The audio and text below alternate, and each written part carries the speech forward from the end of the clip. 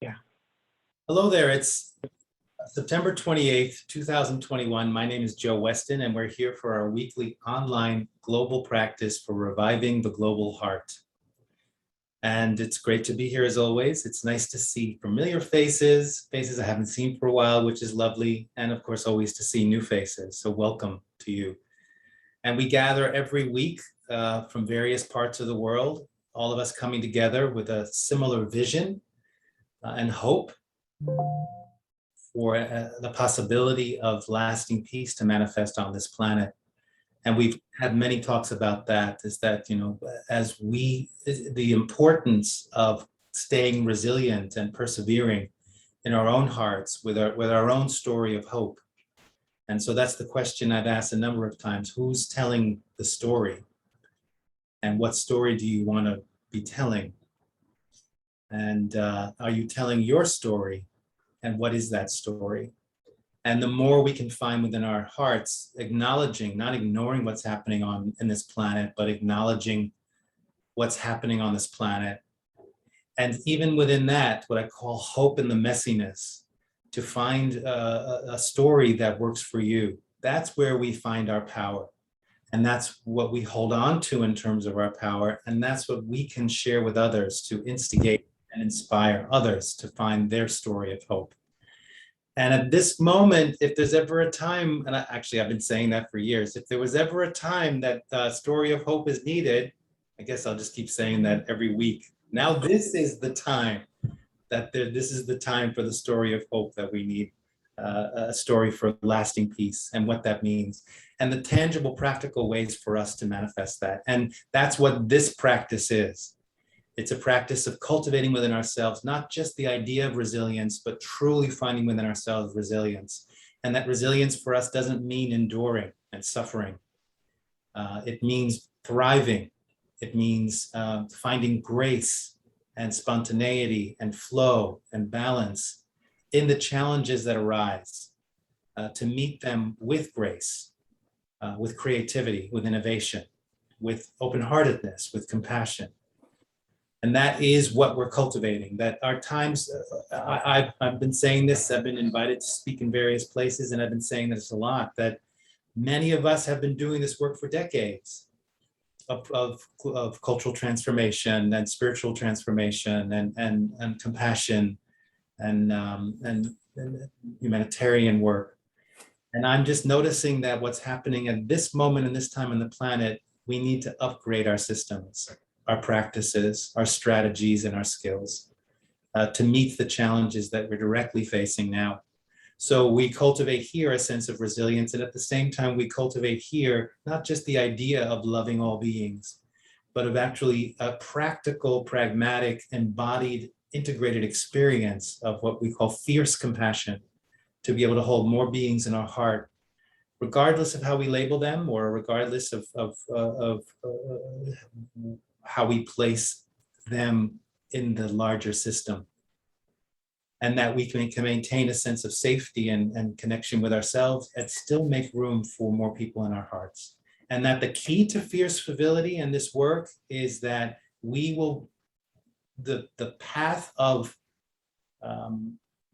this idea of hope towards lasting peace is our capacity, our skill, our courage to make new alliances in surprising places, to cultivate the alliances we currently have and help them thrive and grow, to do our best to approach those we may consider adversaries or those who we feel are challenging the system with a level of safety and respect, and find a way to connect with them, to remind them of who they are in their highest. But that the easiest path, I would say, is to consider the billions of people we haven't met yet, who are neither loved ones nor adversaries, who we might call strangers, who are just waiting to meet us and connect with us and be innovative and creative and create stronger alliances for those who do hold this vision of lasting peace.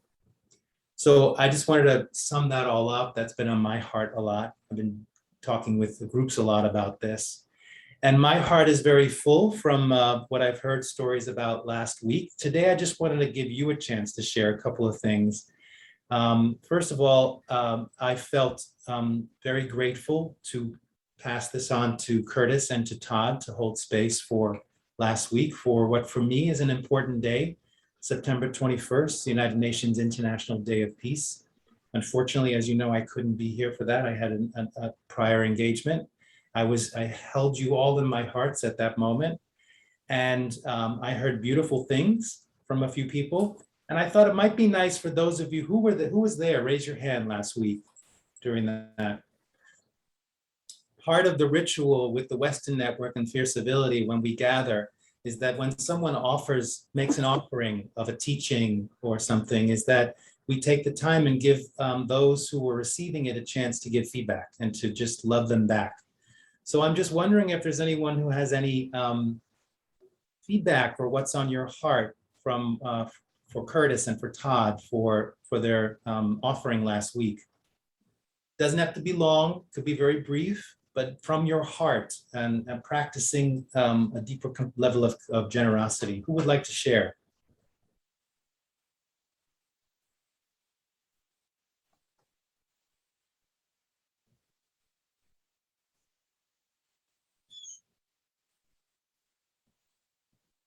Anyone?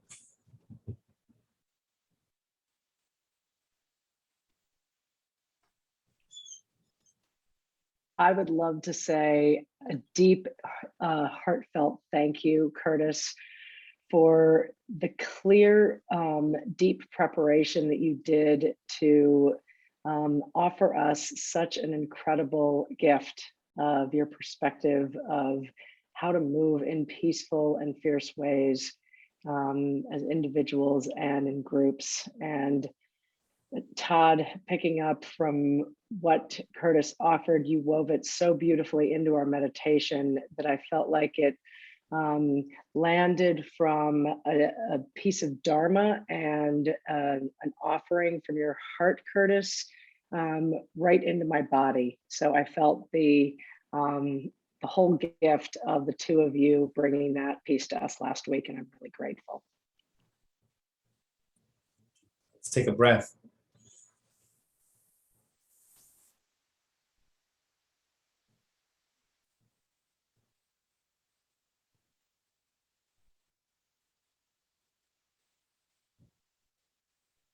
I also wanted to say thank you for last week. And when Todd introduced Curtis, he said that he wasn't going to go through Curtis's bio. So I decided to go online and read about Curtis and what he's up to. It's quite amazing. And I also enjoyed reading some of your blogs as well. And having lived in the Five College area when I was in college, I found myself wondering what is going on out there, and also how I could connect with some of that, since I am in the North Shore, about an hour north of Boston. And to my knowledge, not too much is going on over here. And it would be nice to find out more about how I could get involved. And Todd, I love the way you brought us all in. We had a wonderful meditation on moose, because I was up in Maine. And Shelley, I want to thank you for the lovely closing at the end of our time last week. So it was a very moving session, and I was so glad that I could be part of it. Everyone. Thank you, Eliza. Thank you, Shelley, for your closing. Thank you for bringing Shelley in for that dedication, Eliza. Yes. And for reminding us all that we had a great dive into the world of moose, or meese, moose. Anyone else?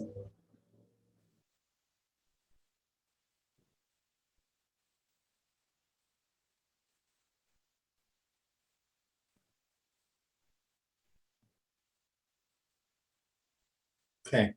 Is it available on recording? Yeah, that's a good question. Yes, it should be. Todd? It will be available later this week on YouTube. If you're not on our, in fact, if you're not, what do you call it, a subscriber to our YouTube channel, Respectful Confrontation, please do that. So let's take a breath. And thank you for that sharing. I want to tell a little story. That's my sister's story that I'm going to share. Last weekend, she lives in Manhattan, and she's a judge in Manhattan. And she was visiting a friend in Queens, which is outside of Manhattan, still part of New York City. And Queens happens to be, of course, the most remarkable place on the planet. No judgment or bias there, of course. And she went to the gas station. She put her wallet on top of the car and then realized when she was back in Manhattan that she didn't have her wallet. And of course, freaked out and all of that. And she had to go through all the things of canceling this. And she had an official document, so she had to go to the precinct, get a judge's card, all of that. And then on the next day, she got buzzed downstairs in her building and said, "There's a couple here, they want to see you." And she didn't know what that was. And she, of course, she's a New Yorker, so a little suspicious, like what's going on. But she came down, and it turns out that an elderly couple in Queens found her wallet, and they tried calling all the numbers, but they were work numbers, so that they didn't want to leave a message because it was the weekend. And the only thing they had was her address in Manhattan. So they took public transportation from Queens, went all the way there, went to our building. And the man downstairs said, "Well, you could just leave the wallet here." And like, no, we want to meet the judge. We're not giving this to anyone until we see her. So she came down, and they had the wallet. It was filled with cash and everything. And of course, she was very joyful. And she brought them upstairs because they needed to use the restroom. And she offered them money, and they wouldn't take it. And they had a very lovely exchange, and they left. And I just wanted to share that because this work is about this is what the work is. This is compassion in action. We did a whole series on what compassion in action is, that it's not just having sympathy for people. It's not just having empathetic thoughts. It's not just having compassionate thoughts or saying compassionate things. It's not even doing compassionate things. It's training yourself to embody compassion. That there's no question that you're always in a state of offering to be of service to others, helping alleviate the suffering of others, inspiring others to step more into their happiness, finding ways to create more connection, helping people feel heard and understood. And that for this couple, it was just normal that they just said, this woman needs her wallet. There's no other way to get in touch with her. So they made the trip into Manhattan and met her and did that. And I wanted to share that because it's good to hear those kind of stories, that they exist. And I wanted to put this actually back to you all. I have questions for you. Some of you have been doing this practice for 1 year, 2 years, maybe 3 years. And I'm just curious, what are your stories? Are there any stories that you have? Are you finding ways that you're integrating this practice into your daily life? Mika told the story 2 weeks ago, I think it was, when she was swimming, how she turned her sense of instantly turning these kids in the swimming pool into adversaries, instant fight, flight, freeze response, and found a way to override that, to connect with them, and found new alliances and new connections. Did I interpret that well, Mika? Did you want to add anything to that? Yes, that's the last part I told then and also now is that when I make them my adversaries, I give them power over me, or I give my own power away. And no, that's not so wise. So that's what I want to add, because that was the basic insight when I took this story into the practice. So that's the, yeah. Thank you. Let's take a breath. Anybody else have a story?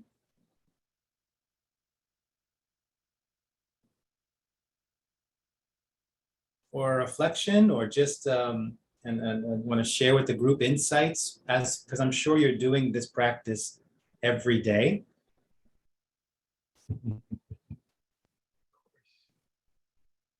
Carolyn's like, oh, well, yeah.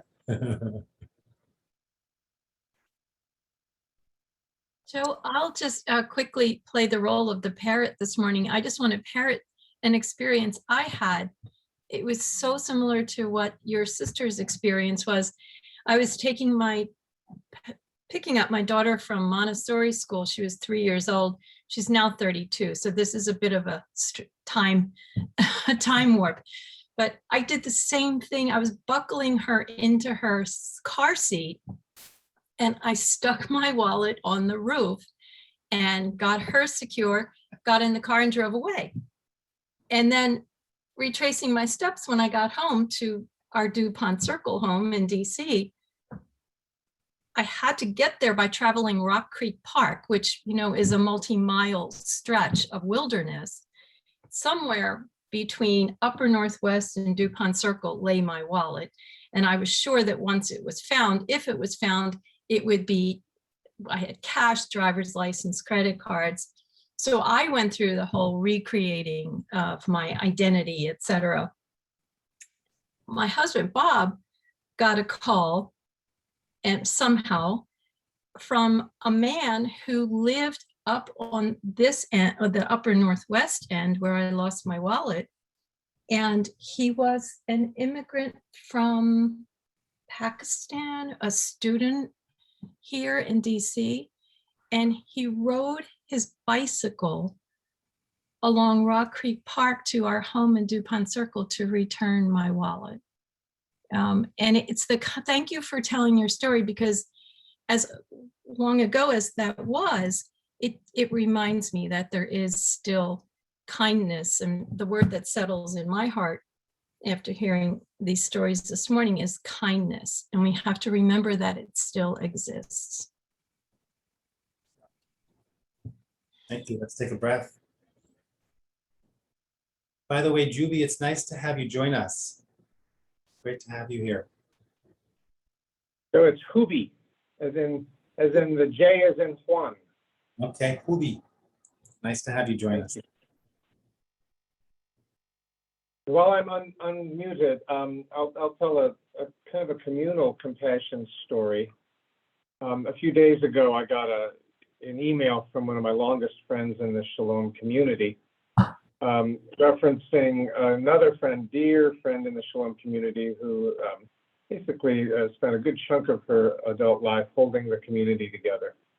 And she's been through a rough couple of years that involved the illness and death of her mother and her own illness, the death of her stepfather, and her inability to work because of health problems, and her time spent caring for her mother.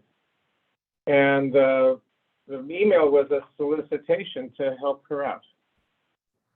And it was a kind of a quiet communication among the two people in the Shalom community.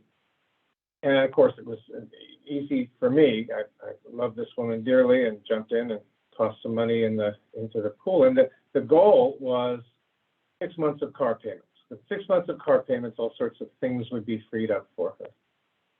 And it's a giving page, so you can see how that community is responding to the invitation. Last I checked, we were at about 150% of that goal.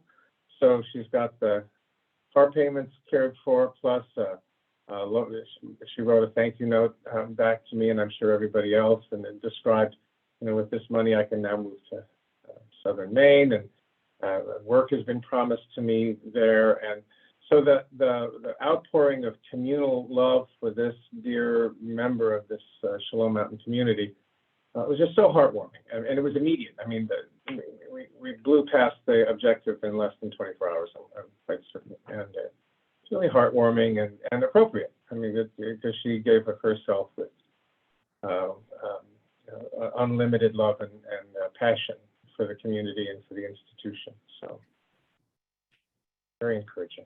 Let's take a breath. So I just want to share a little bit about this, and we'll take it into the practice, is that, and I would like you all, if you've been doing this practice for a while, to be thinking about that. You know, as you're doing this on a regular basis, what are you seeing shifting? What are you learning? What insights are you having with yourself and those around you and your surroundings? And it'd be good to share those. Or if you have questions, Joe, I'm not really understanding this, or we can all discuss it. That we can use this time also very practically as well to deepen our practice. But I want to put this in the context of, many people have said this, and that you can trace in history, that I want to focus on the emphasis of stranger in this, because here we have stories of, maybe not with Ronan's story, but with the Wallace stories, or with the swimming pool story, and maybe even with Ronan's story, is the power of the compassionate acts of strangers. And that the whole purpose of this practice is to, as we become more resilient and have more capacity in our hearts to hold more beings, the way we're approaching that is to look at the rigidity of how we're labeling people. And last time when I was here 2 weeks ago, how the nervous system is set up to silhouette, right? We need to move through the world more quickly. We have to label, we have to put things in chunks and categories. It just makes it easier for us to move through things. So yay for that. However, it's also a detriment in this realm, because it creates othering and separation and tribalism and all of that. And if we're not mindful, we get caught up in those patterns. So this idea of what we're doing with this practice is to acknowledge that even though we can say we love all beings, that in the deeper levels of our nervous system and the deeper levels of our psyche, we're still holding on to these rigid labels of loved one, stranger, and adversary. And that's the depth of work we're doing, if you've been doing this for a while, to really approach that, to open up. And I've done the whole series on compassion and action, if you want to look back at the YouTube channel to see those. One of the reasons why I find that important is because what we often hear throughout history, and I think it's relevant for now, is that a large portion why societies have fallen, like World War II, like the Third Reich in Germany and other places like that, is not only the ones who are perpetrating what they're doing, but you often hear it's the ones who sit and watch it happen. And that can be, and we talk about this often, and I bring this up in the book, what is, the freeze and the flight response. It's like, I don't even want to see it. I think it's all going to get better, right? And we watch it happen. Martin Luther King has said that, and many great leaders have said that the tragedy of these moments is the people who've sat and watched it happen and didn't take action. There are many reasons for that. One reason I'd like to offer is part of this idea of our rigidity around the idea of stranger. So from a Buddhist perspective and from this perspective, if we look at loved ones, we tend to attach to loved ones. Those are the ones we go to. Remember the whole teaching I gave in the discussion on the burning building. Who do you first save, in a sense? So we have attachment to our loved ones, and we tend to tribalize around them. And we have aversion towards our adversaries. And there's a lot of work we can do with that. But I think the work of our time is to look at the malady of the stranger is indifference, a lack of capacity to connect with the suffering of those who are strangers. And it's because of that that we can just sit back and watch. And that is why it's called fierce civility, because many civilized nations, many civilized people in their civility have watched the most horrific things happen. And they may not have committed them, but they have been witnesses to them in their civility. I'm doing a very classic, like English tea kind of a thing. And that's the purpose of this work, is to see, well, how can we get more activated? And the solution could be is overcoming our indifference to what we call stranger. And that's hard because there's billions of them. But every day that we can find a way to connect with a stranger, to shift this rigidity around this, the more we can get involved and engaged with what's unfolding, the more courage and the more strategies and the more skills can bubble up within us to not sit back and watch injustices happen, but find ways to get engaged that is fierce, that is civil, and that brings about bridging and inclusive ways of people engaging with one another. So I want to bring that into our practice. I know we've done a lot of talking this session, but let's get to our practice. So once again, there's no right way to do this or wrong way to do this. It's about finding your way.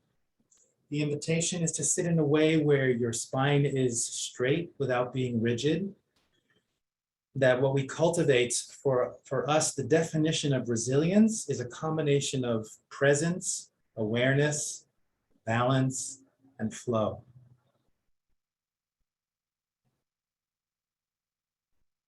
So by keeping our spine straight and loose, we naturally create the stance that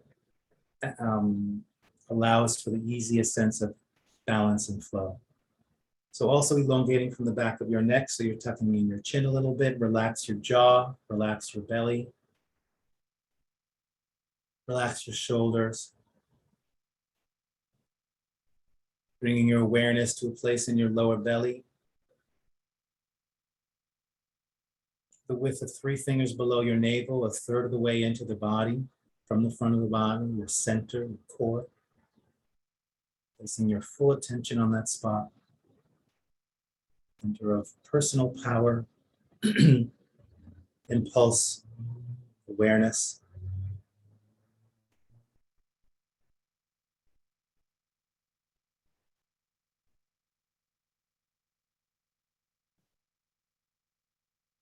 From your center, become aware of the parts of your body that are supporting you, that are holding you. The chair, cushion, the ground. And let the chair, let the ground do what it does so beautifully, and let it hold you. Let yourself be held.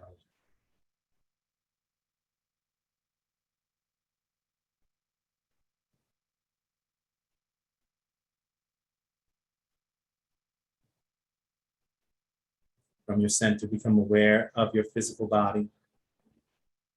Training yourself a deeper level of listening to listen to the wisdom of the body. Learning its vocabulary.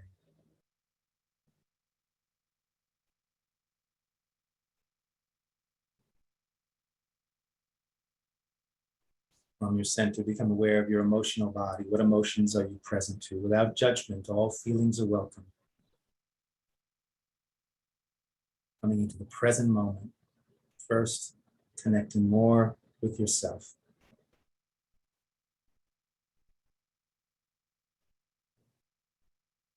From your center, become aware of your thoughts, your mental body, the quality of your thoughts, the speed of your thoughts.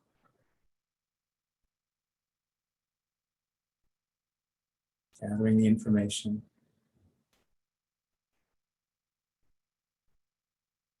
From your center, maintaining a sense of the foundation for this practice, now bringing awareness to your heart, or the middle of your chest, where your heart power resides. Compassion, courage, connection. From your center and from your heart, becoming aware of that part of you which has access to and connection to something larger than yourself. As you connect with that part of you, becoming aware in this moment of your connection with something larger than yourself. Whatever that means for you.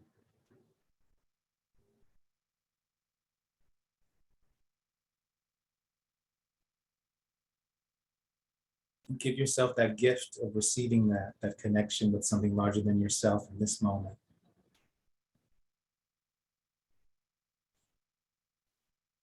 And with this awareness of yourself, physically, emotionally, mentally, maybe spiritually, extending out your sense of self to your own personal boundaries. So now feeling that space around you, your own personal space in all directions, behind you, in front of you, above you.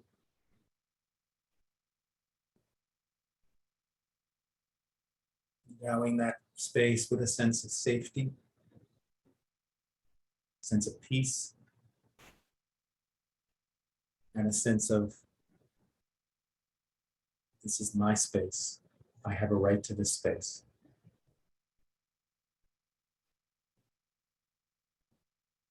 And with this awareness of self in this present moment, from your center and from your heart, take a full breath in through your nose, out through your mouth.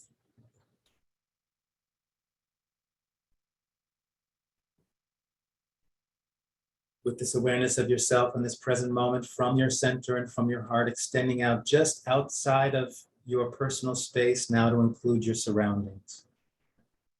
So taking in your surroundings in all directions, sounds, smells, temperature, objects. Placing yourself in a context. With this awareness of self and your surroundings in this present moment, from your center and from your heart, take a full breath in through your nose, out through your mouth.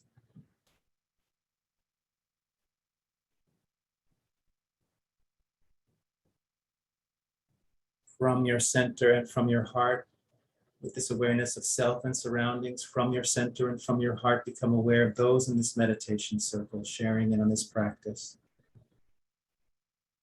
Various parts of North America, Europe, other parts of the world. Connecting with honor and respect from your personal power and your heart with their personal power and their heart.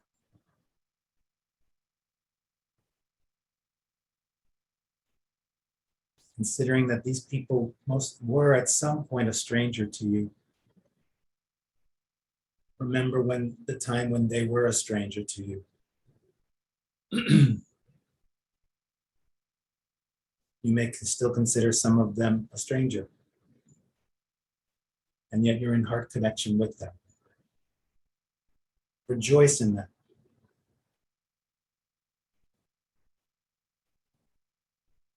And with a rejoicing sense of connection with yourself, your surroundings, those in this meditation circle, from your center and from your heart, take a breath.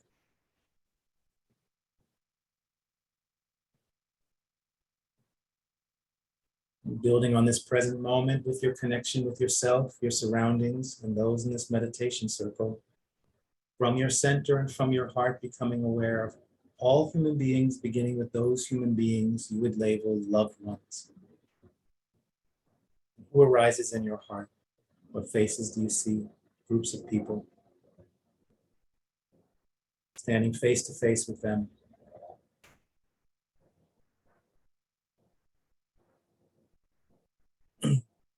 From your humanity to their humanity. And remembering those who you're now engaging with as loved ones, at one time they were strangers.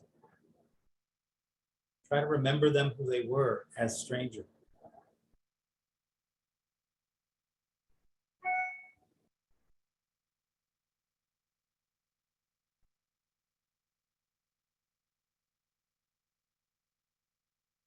And the gratitude that you are now in connection with them, that you each share with each other. And we're going to actually shift it a little bit, and we're now going to move to from your center and from your heart, engaging with those beings human beings you would label adversary. Who arises in your heart? What faces do you see? Cultivating the resilience and the courage and the fierce compassion from your center and your heart to connect with their center and their heart with honor and respect. From your humanity to their humanity.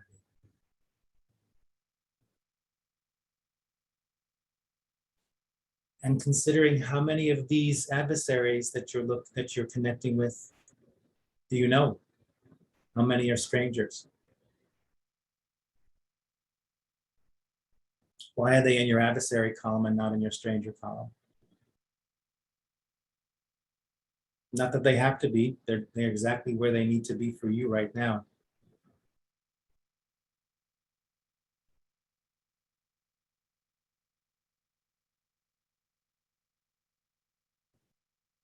Now from your center and from your heart, connecting with those human beings you would label stranger. How many can you muster up in your heart? How many faces do you see or groups of people from various parts of the planet? And from your center and your heart, connecting with their center and their heart with honor and respect.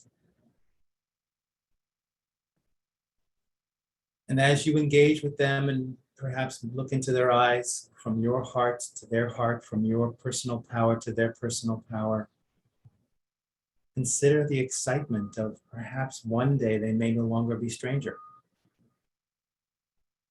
Think of the fun ways that you might engage with them. Like returning someone's wallet or someone returning their wallet to you. Think of the number of beings you're now engaging with that one day may no longer be stranger. Perhaps like a child in a big playpen.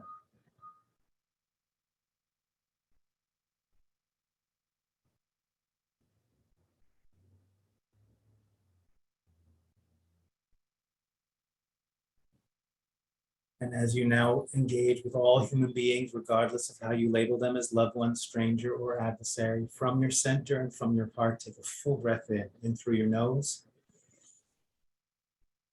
out through your mouth. Taking all of these beings into your heart, noticing the effects of the practice at this moment. Perhaps more of a sense of expansiveness in your consciousness or your heart. More fire in your heart. Connection. Overwhelm, fear might be. And with all human beings in your heart, now bringing your awareness back to those in this meditation circle. As we all take a moment together to share in our hearts all humanity.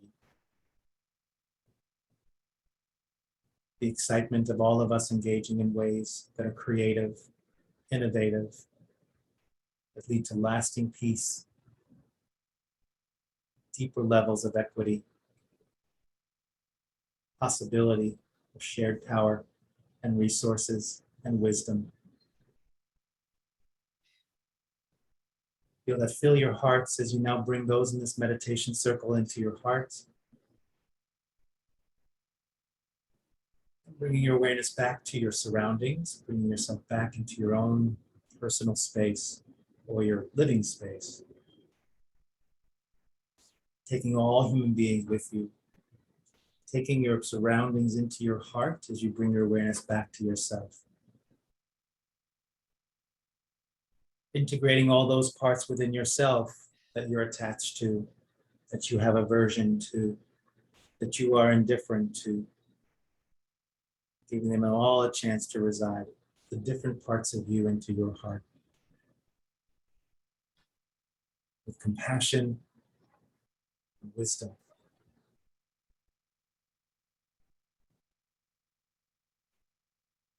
And noticing the effects of this practice, with the effects of this practice, letting that seep into every cell, enlivening each one of your cells.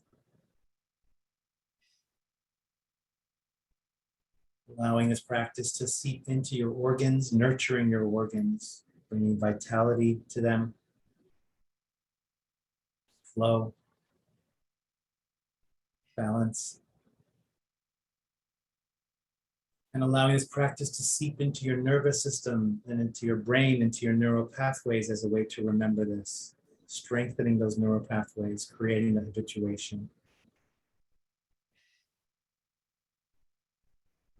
Let's take one final breath to close this practice, in through your nose, out through your mouth. As you open your eyes, imagining walking this into the world, the state of being. Feeling the excitement of all those billions of strangers that you can be engaging with. what that could bring. Shake it out. Stretch your body.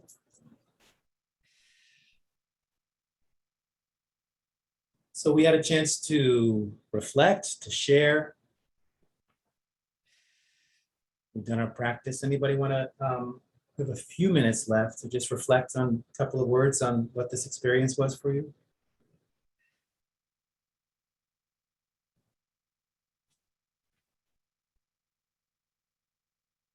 Joe, for me, the reference to sharing the bottle evoked a memory of 38 years ago when our now 40-year-old son, who was 2, shared a bottle, gave his bottle up to a 2-year-old on a camping trip. And so to add to the notion of kindness, I am remembering generosity, that expansive, completely unprompted gesture.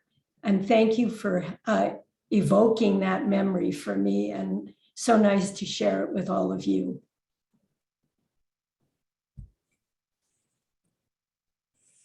Thank you.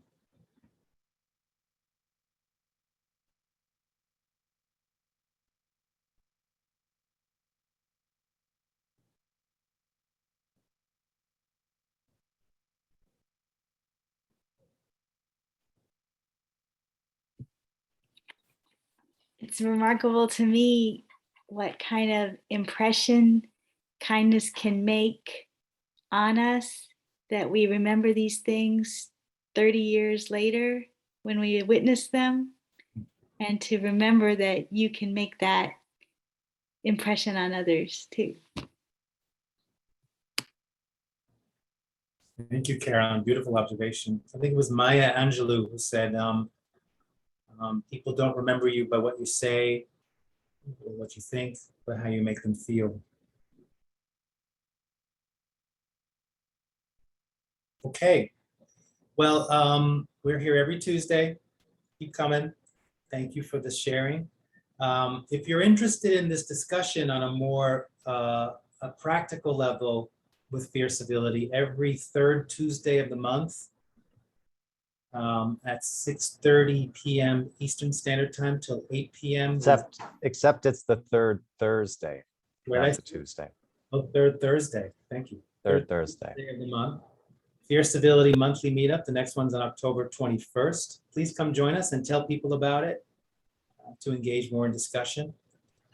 If you want to make a donation for this, please do at the Fierce Civility Project. All donations go towards the Fierce Civility Project, our nonprofit. Let's do our dedication with the benefits of what we've created. May we dance through life with the excitement and enjoyment of all those that we have yet to meet and engage with, for creating strong connections, alliances in surprising places. As the already existing and the new solutions to our current issues emerge and take root and anchor.